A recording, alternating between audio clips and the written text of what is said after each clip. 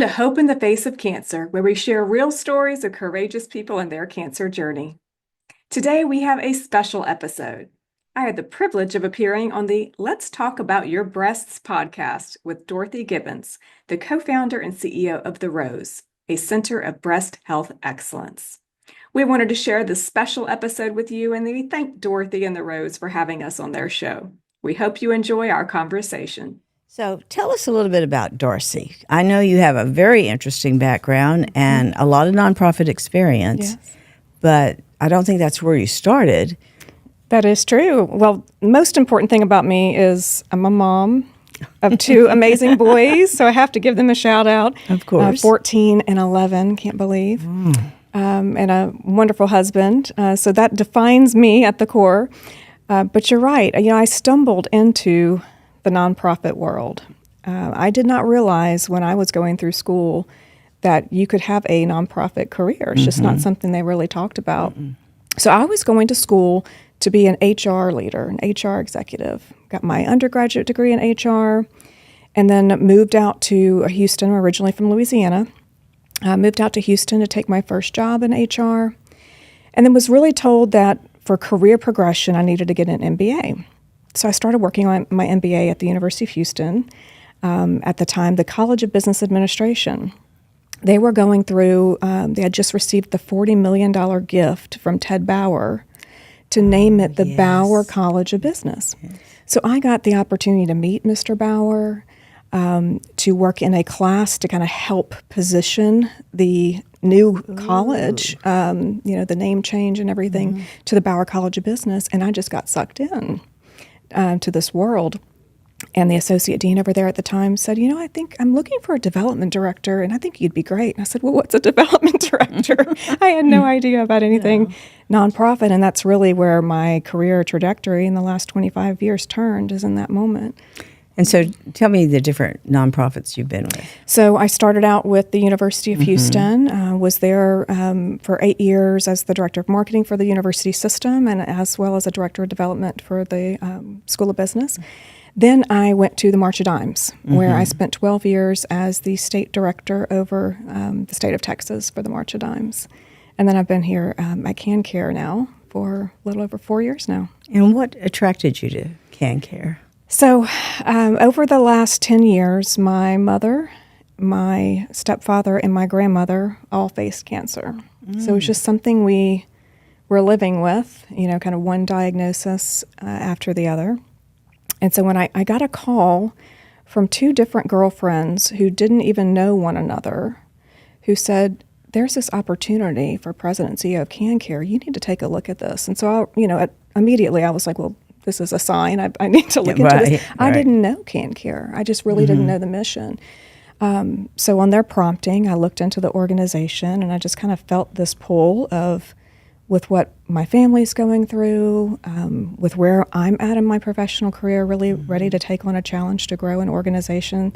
This may be exactly it for me. And then once I met the board and heard their vision, I just kind of fell in love. And it's an incredible opportunity for me personally and professionally to lead a mission I care about and to be entrepreneurial and visionary. And that's what really attracted me to the opportunity with CanCare. So I don't want to lose that thought because so few people see nonprofits as that. And that's exactly what we have to be, or we don't stay alive. That's right. It's even more, we're not making widgets. That's right. We are impacting lives. And how do you measure that, and how do you grow that? I just think there's a real need for people to understand that nonprofits require even more talent than the for-profit world. I must require more of an entrepreneurial grit and spirit.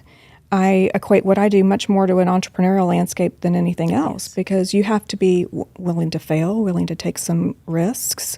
You're often operating on little resources that you have to do big things with. And so I think it takes much more of an entrepreneurial mindset than a traditional, maybe nonprofit, what you would think of a nonprofit mindset. And I love that you said taking risks, because our risk can really impact the organization in different ways. But if we don't take them, How are you going to grow? we're not How are going you to gonna- grow. Yeah, Right, absolutely. right. Yeah. Tell us about CanCare. Yes. So we're turning 35 next spring. I can't believe it. It's really amazing. And we're really about the emotional support side of the cancer journey. So we match someone who is newly diagnosed with cancer or their family members with a survivor by their side.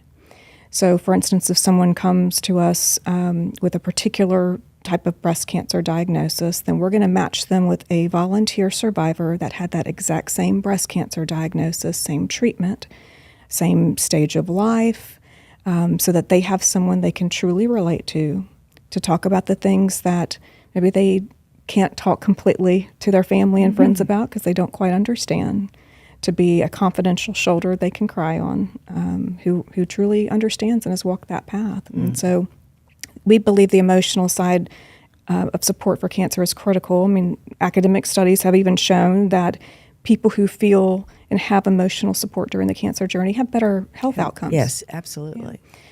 So that's really the space, that we fill. But I think so many people think, well, if you've had cancer, anyone can be by your side. And I the Rose is only 3 years older than CanCare.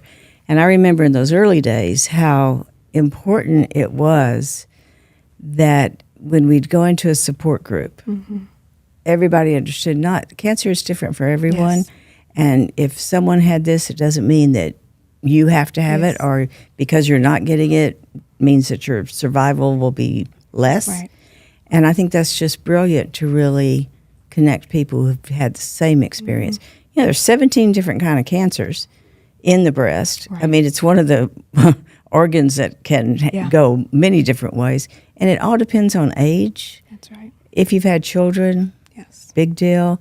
And the woman who is in her 50s that has it, very different experience than the woman in her 30s. Yes. So that is really important. And I think what you're doing by lining it up gives that cancer, the person going through cancer at that time, a whole different approach. It's almost like a whole different resource. Absolutely. You're not going to get that from your physician. No. And many times you don't get it in support groups. I don't know if it changed for you, but in 2020, oh my gosh, all our support groups ended in person. In fact, our only one that survived in person was our Spanish speaking. Wow. Isn't that interesting? But I do know that after folks could not connect and they went into the virtual, many of them found even more support, but so many would have told me, we just kind of suffered through. So thank goodness COVID for was you. a complete changing point for our organization. We, prior to COVID, were really about matching people in physically the same space, right? Because, meeting over a cup of coffee, being able to, give that person a hug.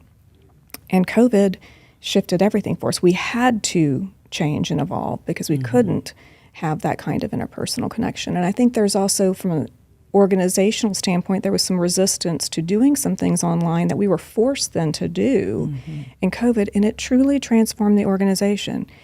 We went from being, a Houston-based organization serving primarily Houston to a national organization practically overnight.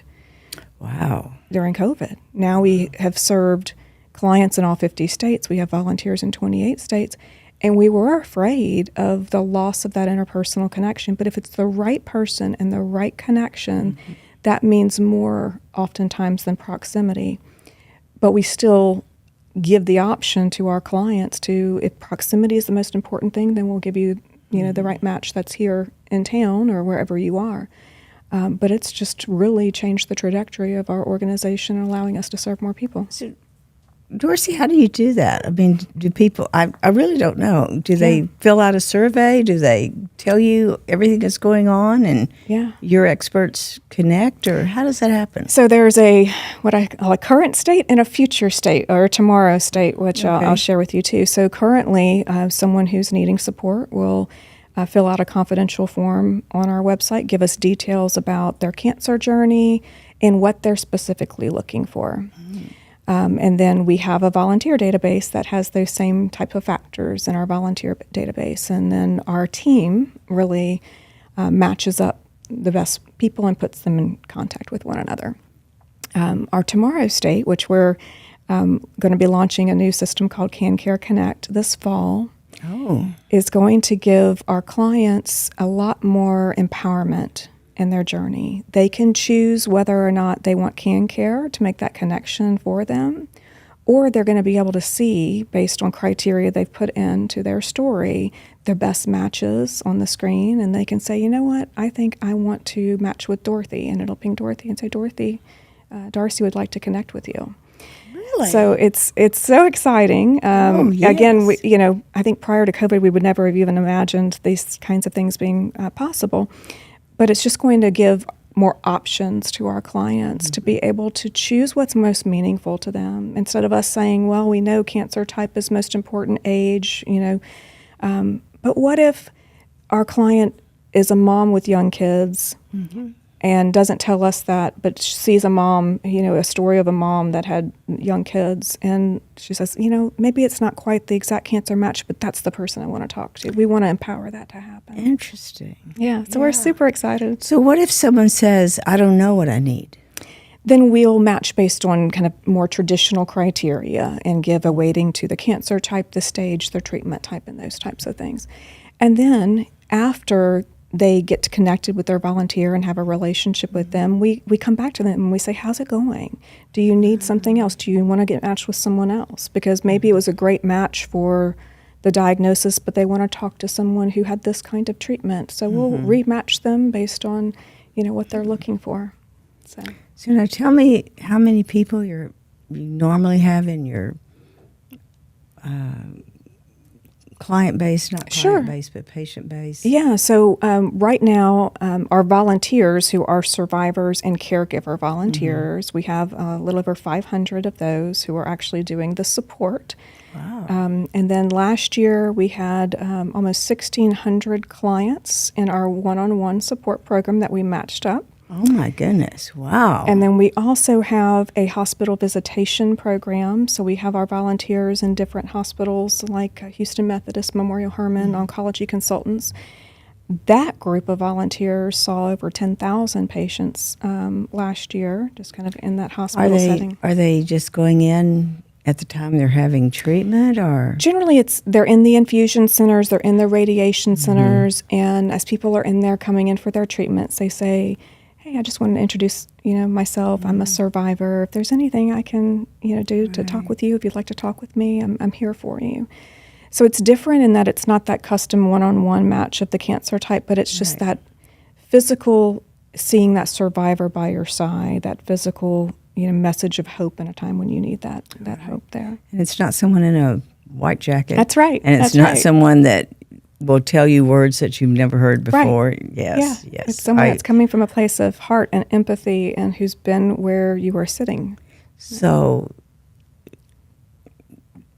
how do you pick these people? I mean, I know there was a time you went through training. Oh, yeah. Still go through we training? We still have a pretty intensive training. It's evolved because it used to be an in-person 3 days in a Houston hotel, ballroom. Now we're doing all of that online. Which is really incredible. Our training is designed by mental health professionals and has always been led by a committee of mental health professionals. And I think there was a lot of skepticism about the ability to have the same impact and have the same level of effectiveness of training moving online. So COVID forced that to happen. And then even our mental health professionals said, wow, we're even having to use this in our own practices.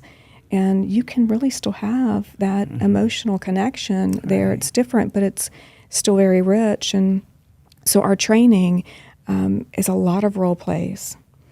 It helps the survivors and caregivers process their own personal emotional experience from cancer, and then gives them the tools they need to help someone else process their emotional experience. So it's a lot of active listening. And so sometimes people haven't even processed. No. How interesting. And there are times when we'll tell a volunteer going through training that you're not quite ready. Give it some time. We require that our volunteers be 6 months out of treatment to allow for that time to have processed that. But not everybody's quite ready, and we need for them to be in a place where they can give back and they can be strong for their client. I think we all think that, oh, well, I've been there. And there's a whole different way of approaching people. I always hate when I have an issue going on and someone says, well, let me tell you my story. And you're going, wait a minute, I haven't even told you mine. This is about me right now. Right, it's about me. Well, and that is so important. I mean, there's times when it needs to be all about you. Yeah. It can't always be that other person that you're looking to for support. That's right. And it's not always the same exact story or journey so we're that's careful really important. with our volunteers to say, this isn't about you in that moment. It's about them. The client's at the center. You're there to support them and help them articulate and process their own story. Now, if they ask you, well, how did you handle this? It's great to share that with them. But it's really about focusing on that client. I can see that. So tell us about your podcast. Oh, how my long has goodness. it been going on? And We're babies compared to you guys. No. It's incredible to see what you're doing. So we really wanted a way to share our message with the world. was this your idea? It was a moment in a conference I was at where they were talking about using podcasts, and I think I'd always had a little apprehension about, well, it's too complicated. I can't do it. I don't know what I'm doing, what have you. And they were just like, just do it. I'm like, fine. I just came back and I said, we're doing a podcast. I have no idea how we're doing it, but we're going to do it. So found a company to help coach us and guide us on launching it. But the beautiful thing about CanCare is we just have rich stories to tell. And talking about our mission and the emotional support side of cancer doesn't always click with people. It's what I don't get it. Yeah. But when you can listen to that story about how someone's been impacted by having that survivor by their side, it clicks. And so we knew that we wanted to really become more of a storytelling organization and really, make sure we're leaning on our stories to really explain who we are. And so the podcast was born. We just launched it during National Cancer Survivorship Month in June. So we're on our ninth episode now, but it's amazing. It's fun. We've reached all over the world already with this podcast. Yeah. And what a gift it is to just invite people in to share their heart and their story. So it's called Hope in the Face of Cancer. And it's about sharing real stories of people who have faced cancer and the hopeful messages. Powerful, the ones that I've listened to. Thank you. And I can imagine that with so many volunteers. How do you select who's going to be on your show? It's certainly difficult, and we're again we're just ramping up. We have a lot to learn from folks like you, but we've had volunteers especially share stories and testimonials, and clients too. So we do a lot of surveying. We are very focused on the quality of the experience between our clients and volunteers. Right. So we started with those surveys that we got and the quotes people would give us, and we say, "Wow, that's a really rich story. Let's reach out to them and see if they'd be willing to have a conversation with us on our podcast." And that's kind of how we've started. Well, and that's the way you do it. Yeah. It'll be that next patient or that next person that's used your services, yes. And then we'll have folks like you. I'm excited to have you on our podcast next month for Breast Cancer Awareness Month. It is our pleasure, our honor, really, to be on that. I just think your leadership style is so different. How would you describe it? I mean, you've brought many good ideas, new ideas, to March of Dimes, and now to CanCare. How would you describe your leadership? The two words that just came in mind when you asked that question were humble and authentic. I think especially going into the role at CanCare, I think people don't realize how running especially a small nonprofit requires so many different Darcie, skills. There's nothing small about 500 volunteers and 1,600 people you're compared touching. to being, coming from a national nonprofit, yes, where yes. you've got armies of people and departments doing different things and specializing in different things. When you come into the CEO of a smaller nonprofit, you have to wear many different hats.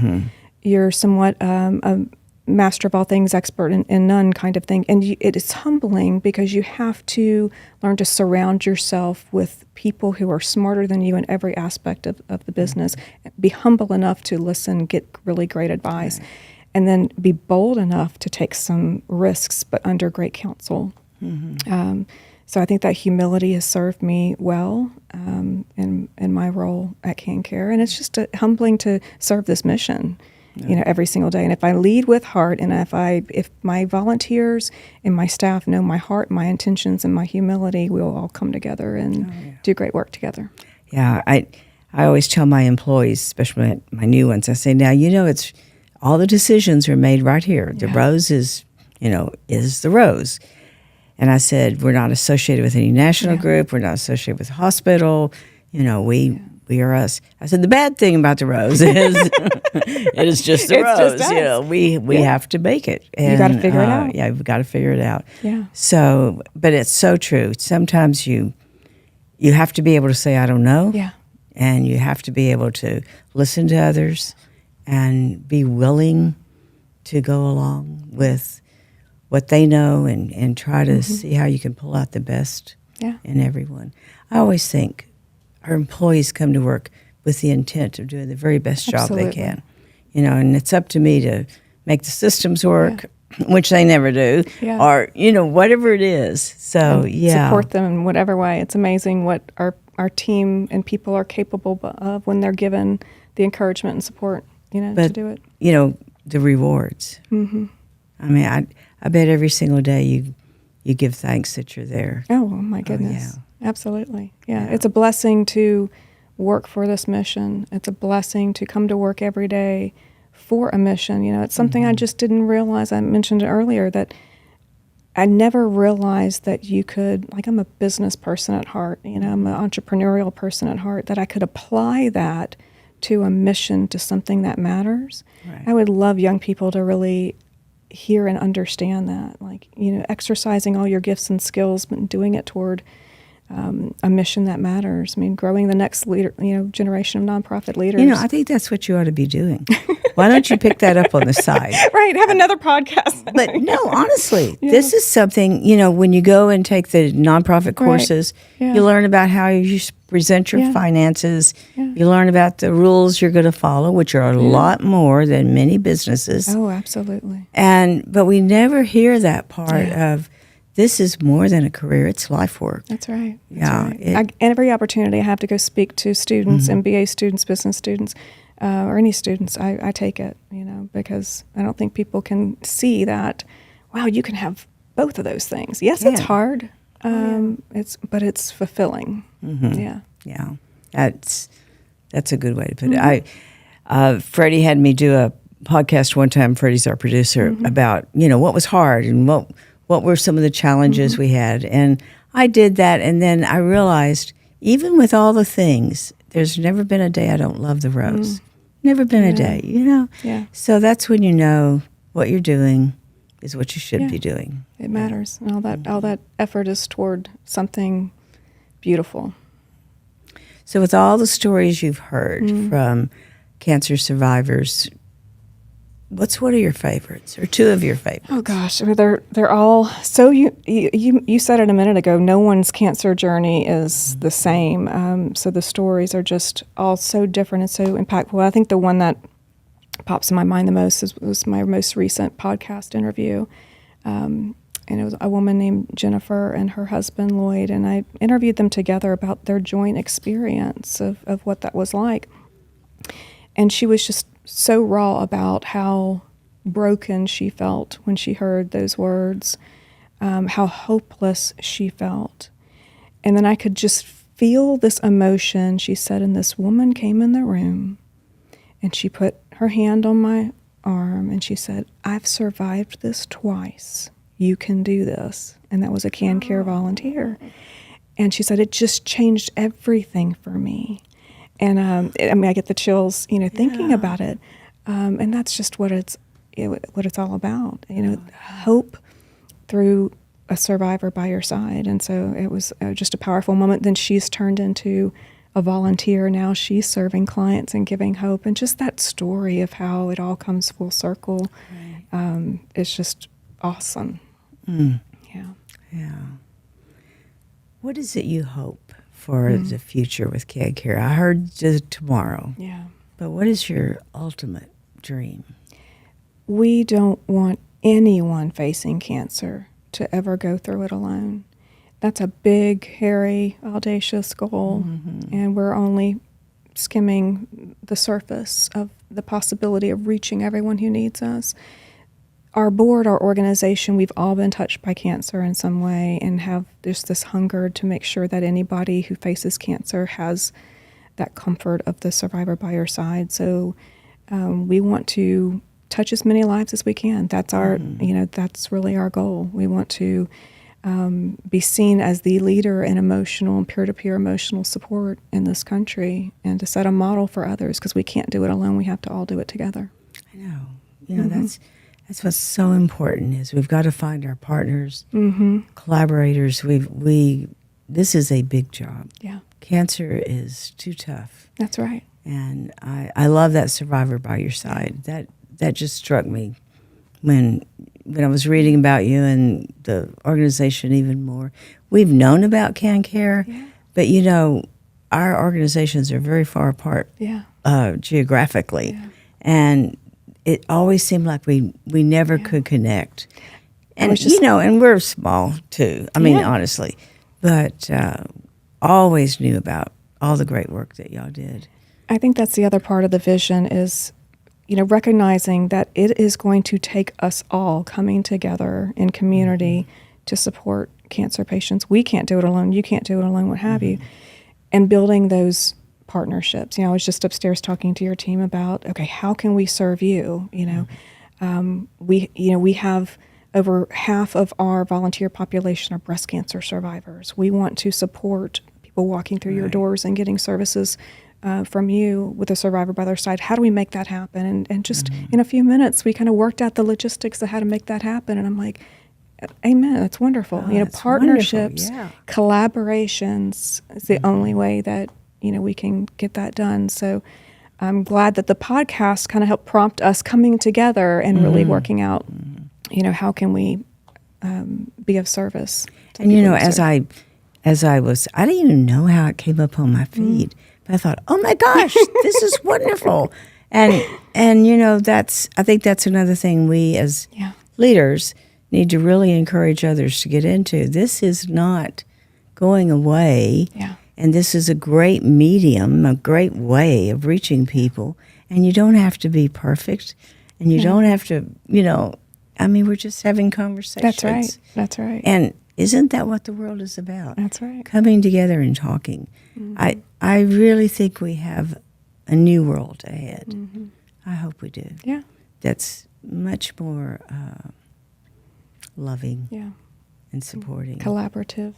Yes. That's my dream too.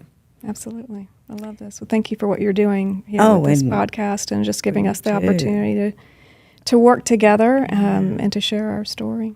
Yeah. What is it you wish for your children? Oh my goodness. They're so wonderful and goofy right now. We're going through those awkward middle-age stages right now. I want them to know how loved they are. I think more than anything, I think if they can do anything they want, if they just know how loved they are and how cherished they are. I hadn't.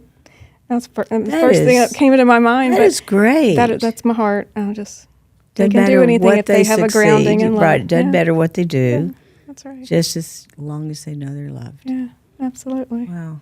I don't think we could ever get too old for that. No.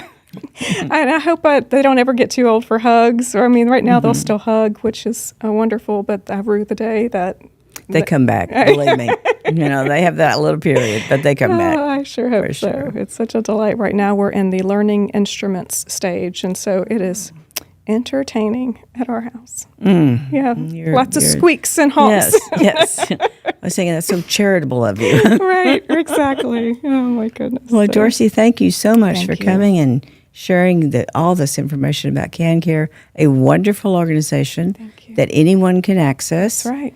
And it doesn't matter what kind of cancer. That's right. Right. All types of cancer will and caregivers as well. Yes, and Yeah. caregivers. You will find someone that they can That's right. have by their side. You got it. Right. All right. Thank you again. Thank you so much. Appreciate it. Thank you for joining us on this episode of Hope in the Face of Cancer, a survivor by your side. If you or someone you know is facing cancer or is supporting a loved one through their journey, we invite you to share this podcast.